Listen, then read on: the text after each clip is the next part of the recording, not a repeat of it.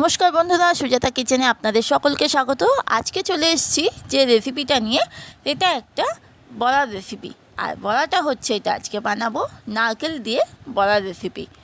দুর্দান্ত খেতে লাগে, একবার বানিয়ে দেখতেই পারেন। আজকে নারকেলের পুরো নিয়ে নিয়েছি আমি, হাফ নারকেলে। আর তার মধ্যে দিয়ে দিচ্ছি এখানে একখানা পেঁয়াজ দিয়েছি মিডিয়াম সাইজের, একখানা কাঁচা লঙ্কা কুচানো, 1 চামচ কর্নফ্লাওয়ার আর 2 চামচ বেসন। কর্নফ্লাওয়ারটা 1 চামচ, 2 চামচ বেসন দিয়ে, আর তার মধ্যে দিয়ে দিচ্ছি অল্প পরিমাণে লবণ, আর দিয়ে দিচ্ছি অল্প পরিমাণে 1/4 টিস্পুন আমি এখানে হলুদের গুঁড়ো।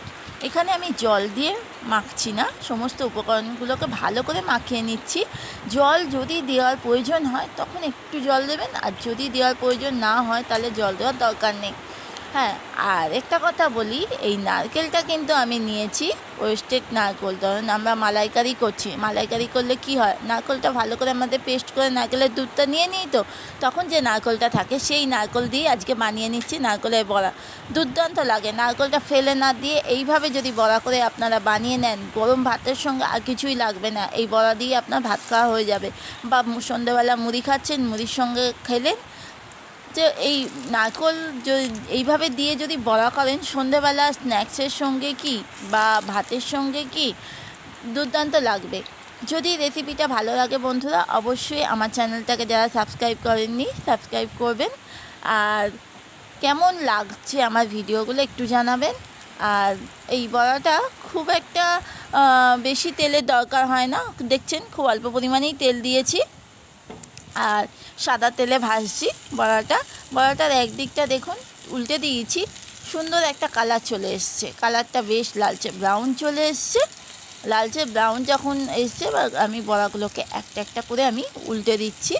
বড়াগুলো একটু আস্তে আস্তে উল্টাতে হয়, কারণ বড়াগুলো একটু নারকেলের বড়া তো একটু ভেঙে যাওয়ার চান্স থাকে, ওই জন্য আস্তে আস্তে করে আমি উল্টে হালকা করে একটু চেপে দিচ্ছি, নারকেলের বড়াগুলো যাতে বেশ একটু বড় বড় সাইজ হয়ে যায়। এইভাবে নারকেলের বড়াগুলো সবগুলো উল্টে দিয়েছি। তাহলে আজকের রেসিপিটা কেমন হলো বন্ধুরা, একবার অবশ্যই জানাবেন কেমন লাগছে আমার রেসিপিগুলো। আর ভালো লাগলে এইভাবে আপনারা নারকেল কুড়া দিয়ে বানিয়ে নিতে পারেন, বা নারকেলের মালাইকারি করলেন সেই নারকেলটা, বেঁচে থাকা নারকেলটা দিয়ে বানিয়ে নিতে পারেন। দুর্দান্ত লাগে এই রেসিপিটা। আর তাহলে রেসিপিটা আজকে দেখুন বড়াগুলো বেশ, আর সবচেয়ে ভালো কথা হচ্ছে বড়াগুলো খুব মচমচে হয়, লালচে লালচে হয়ে গেছে, একদম মচমচে হয়, গরম গরম বড়া দুর্দান্ত লাগবে। তাহলে আজকের মতো আসছি বন্ধুরা, আবার আগামীকাল নিয়ে চলে আসবো আপনাদের কাছে একটা রেসিপি। নমস্কার।